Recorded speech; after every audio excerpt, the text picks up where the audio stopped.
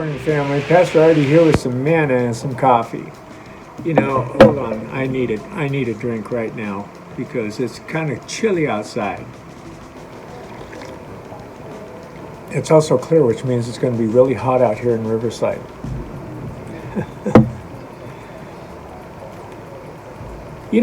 Today we're still on this lockdown. And I don't know about you, but it kind of upsets me when I see people going out and burning churches like they did the one in Mississippi. Or, when they give cease and desist notices to church pastors because they allowed some of their parishioners to come to church. This is crazy. Are you in God's will? Or are you doing this because you're just stubborn? That's the question we need to ask. And as a Christian, I don't have a church, but if I had a church, I would not want to keep it closed. I would do anything in my power to make sure that people were able to fellowship. To know God's will is the greatest knowledge. To find God's will is the greatest discovery. And to do God's will is the greatest achievement. What are we doing with the will of God in our lives?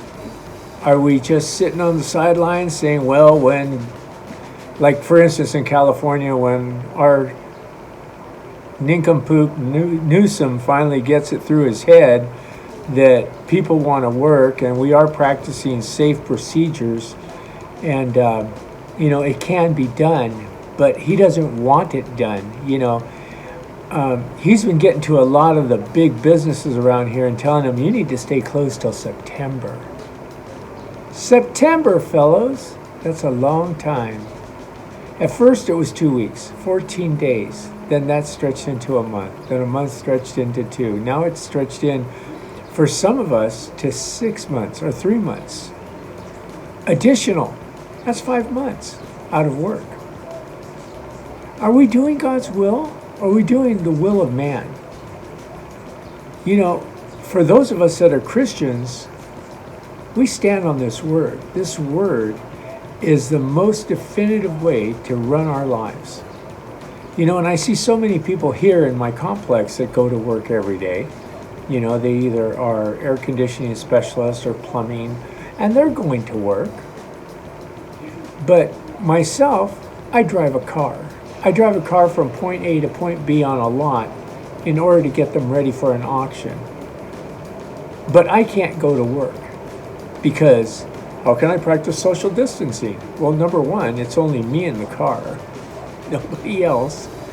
And the next person who touches that car will understand that I've already used sanitizer before I even got in that car. So, and I would wear a mask as mandated. I would subject myself to a thermal temperature scan. I have no problem with that.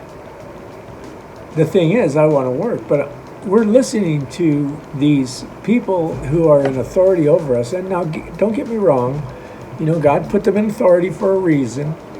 Number one, because a lot of the GOP here in California, you're afraid to vote for anybody. You're afraid to get out there. You just think, oh, well, we're just going to lose again. You guys are a bunch of Eeyores in California when it comes to Republicans. You guys are a bunch of Eeyores. Oh, poor me. I can't vote for our candidate because he'll never win. Well, no, he will never win because you don't vote. And we got to stop this whole thing about allowing people who are not in God's will to be voting, illegal aliens, to the max. That's what happens. And that's why the Democratic Party in California is so strong, is because they have illegal aliens actually able to vote. And now they want to have people that are in prison vote. The people that are hardened criminals that lost their right to vote by the Constitution. It's amazing how we let little things dictate our lives. But yet, when the men and women of God finally say enough is enough, and we want to practice God's will, then we're in the wrong. Oh my gosh, you're breaking the law.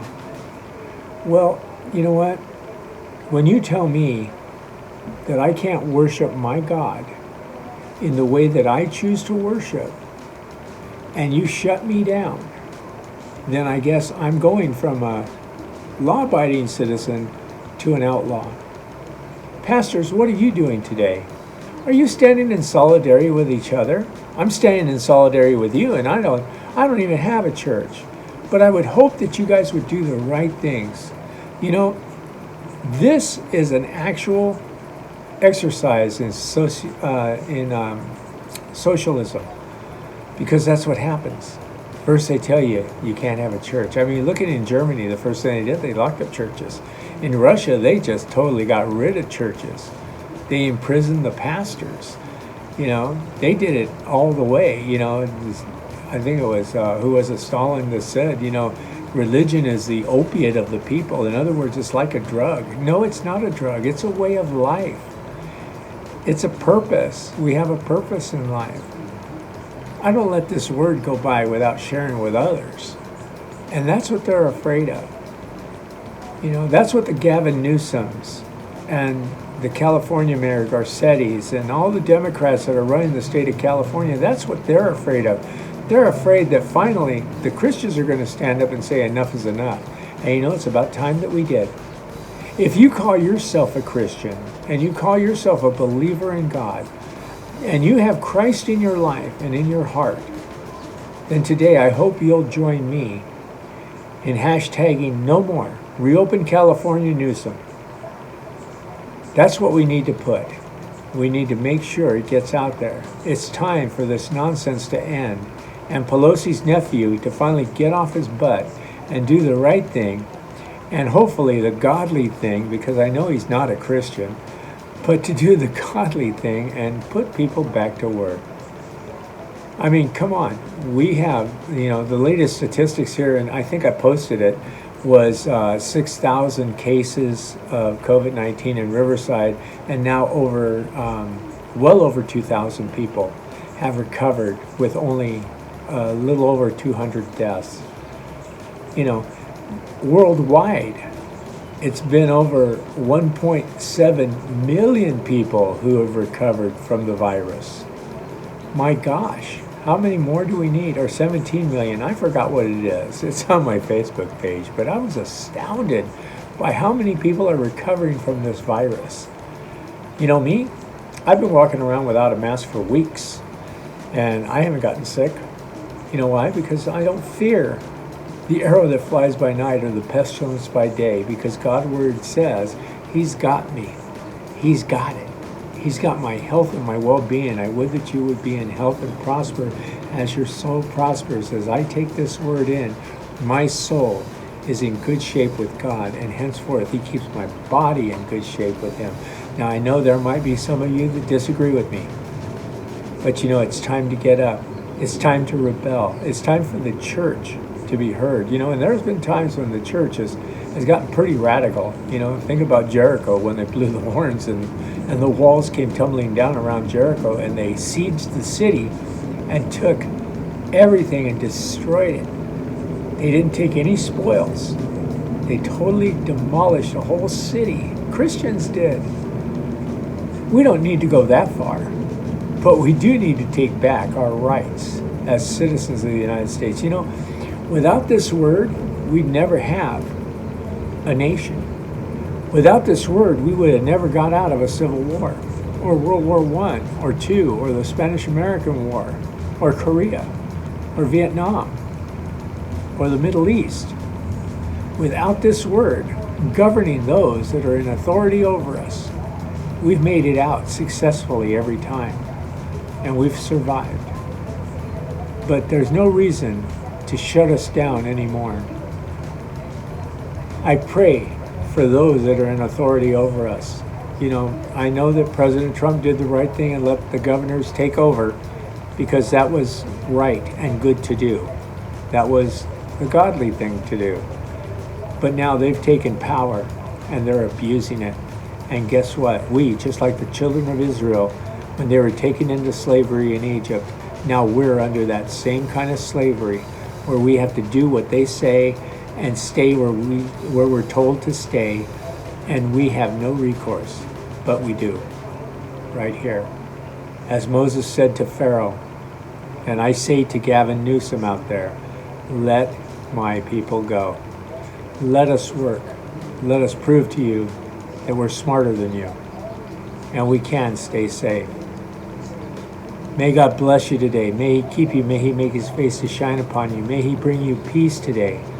And may you study the Word to show thyself approved, a workman not be ashamed, need not be ashamed, but in everything to rightly divide the word of truth. That's what we're called to do. We love you. Linda and I are praying for you. Reaching our city ministries. We're always here.